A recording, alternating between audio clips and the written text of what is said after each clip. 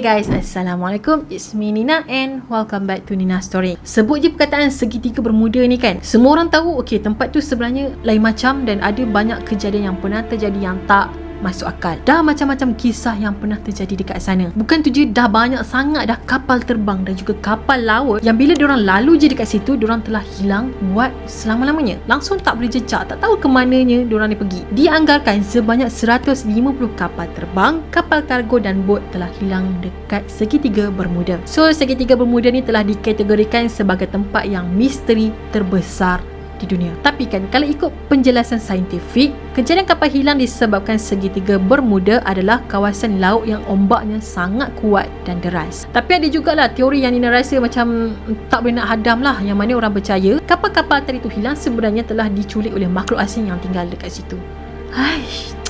Jadi Nina tak nak panjang-panjang lagi, sebab Nina akan kongsikan dekat korang beberapa cerita tentang kehilangan kapal-kapal tadi. So without wasting any time, let's get started.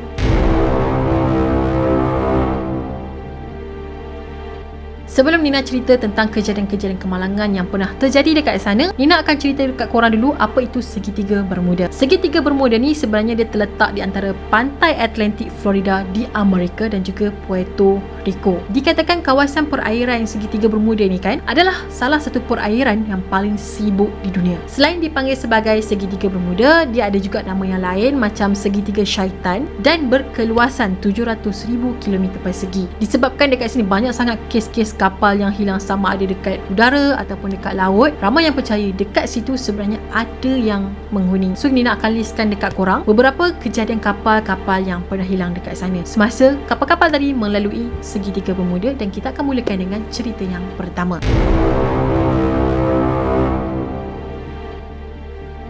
Kejadian pertama ni bermula pada tahun 1881 yang mana Alan Alston telah terjumpa satu kapal yang tengah berlayar tanpa ada orang dekat dalam tu guys. Korang boleh bayangkan tak, sebuah kapal yang besar tengah berlayar tapi dekat dalam tu tak ada orang ataupun kru dia. Even kapten dia sendiri tak ada. Jadi bila dia nampak kapal tu tengah berlayar tapi orang tak ada, jadi dia macam kenapa kapal ni boleh berlayar kan? Jadi dia pun suruh beberapa anak kapal dia ke kapal tadi untuk cek. Manakala Alan pula meneruskan perjalanan dia ke New York. Kalau ikut cerita, kapal tadi tu kan tiba-tiba menghilang dan kemudian muncul kembali. Dan anak-anak kapal Alan dekat atas kapal tu hilang guys. Diorang tak ada dekat atas kapal tadi. Dan kemudian kapal tu pun menghilang sekali lagi tanpa sebarang jejak sampailah sekarang. Ini macam misteri sangat kan. Kenapa orang tak ada tapi kapal still ada kan? Okay, next story.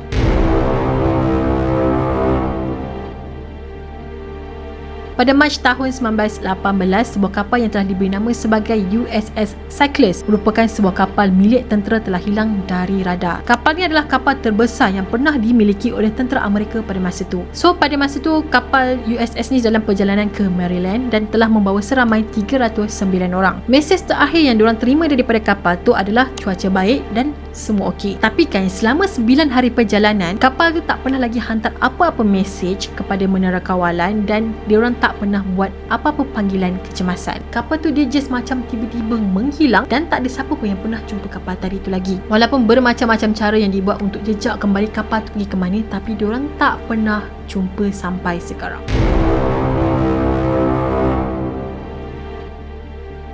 Pada tahun 1945 pula, iaitu pada 5 Disember, ada sekumpulan pesawat yang dipanggil sebagai penerbangan 19 telah hilang secara misteri. So pada masa tu diorang ni telah membuat latihan pengebom torpedo. Jadi diorang pun fly lah daripada pangkalan diorang yang terletak di Florida dan telah hilang semasa diorang terbang di sekitar segitiga Bermuda. Hasil siasatan menunjukkan yang kapal ni sebenarnya telah pun kehabisan minyak. Jadi kalau pesawat ni dah kehabisan minyak dekat udara, diorang ni mesti akan terhempas kan. So diorang pun telah menghantar 13 anak kapal dalam misi mencari dan menyelamat, tapi diorang tak pernah jumpa apa-apa bukti even serpihan daripada pesawat tadi.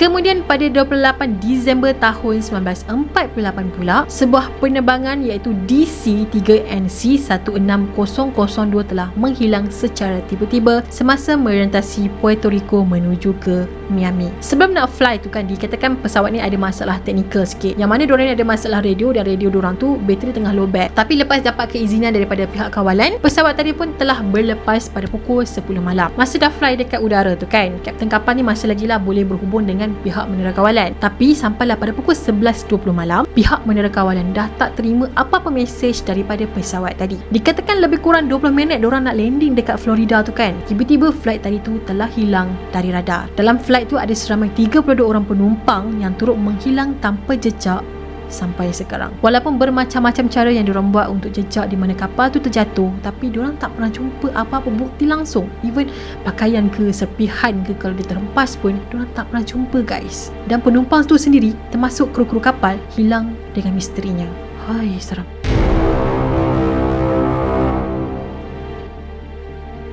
Okey, yang ni pula terjadi pada tahun 2015 yang mana ada sebuah kapal kargo yang diberi nama sebagai SS El Faro telah hilang dan karam di kawasan segitiga Bermuda. Dan kejadian ini terjadi pada 1 Oktober tahun 2015. Kapal ni telah beroperasi sejak tahun 2005 sampailah dia karam pada tahun 2015 iaitu 10 tahun kemudian. Pada malam kejadian tu kapal ni telah berlayar meninggalkan Florida dan menuju ke Puerto Rico. Jadi macam biasalah nak lalu daripada Florida ke Puerto Rico ni ada segitiga Bermuda di tengah-tengah tu. Atas kapal tu pula ada sebanyak 391 kontainer, 294 trailer dan kereta dan termasuklah 33 orang kru kapal. Masih diorang tengah berlayar dekat perairan segitiga Bermuda tu kan. Pusat meteorologi memang dah sahkan akan ada ribut taufan yang terjadi pada tahap ketiga iaitu pada pukul 1 pagi 1 Oktober. 10 jam selepas diorang ni dah berlayar, dikatakan kapal ni dah lari jauh daripada laluan asal diorang. Dan diorang ni tengah berlayar menuju kawasan yang akan terjadinya ribut taufan. Tapi disebabkan beberapa faktor cuaca, ribut tadi tu melanda laut lagi awal iaitu pada pukul 11 malam pula. Masa ni menara kawalan memang dah tak terima apa-apa mesej daripada kapal kargo tadi. Dan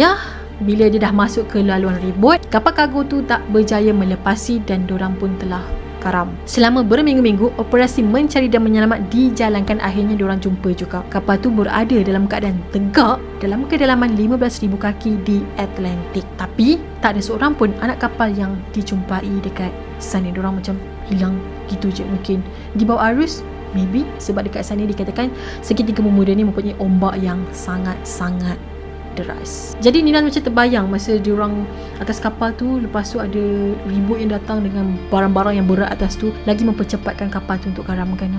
Seram. Alright guys, itu adalah sedikit sebanyak cerita yang Nina boleh kongsikan dekat korang tentang segitiga Bermuda ataupun kejadian-kejadian kapal yang hilang yang pernah terjadi dekat sana. Sampai sekarang pun segitiga Bermuda ni sebenarnya adalah sebuah tempat yang sangat misteri dan susah nak dirungkaikan. Kenapa boleh terjadinya kapal hilang secara misteri? Tapi memang ada kajian saintifik mengatakan kat sana ombak deras apa semua kan. Jadi disebabkan itulah faktor-faktor tadi tu yang menyebabkan kapal-kapal tu boleh hilang secara misteri dekat sana. Jadi Nina harap korang suka dan enjoy dengan video yang Nina kongsikan pada hari ni. Kepada korang yang belum lagi subscribe channel Nina, korang boleh subscribe di bawah dan turn on notification. Dan kalau korang belum lagi follow Nina di Instagram ataupun TikTok, korang boleh follow Nina juga. Dan kita akan jumpa lagi in next video. Bye bye. Assalamualaikum.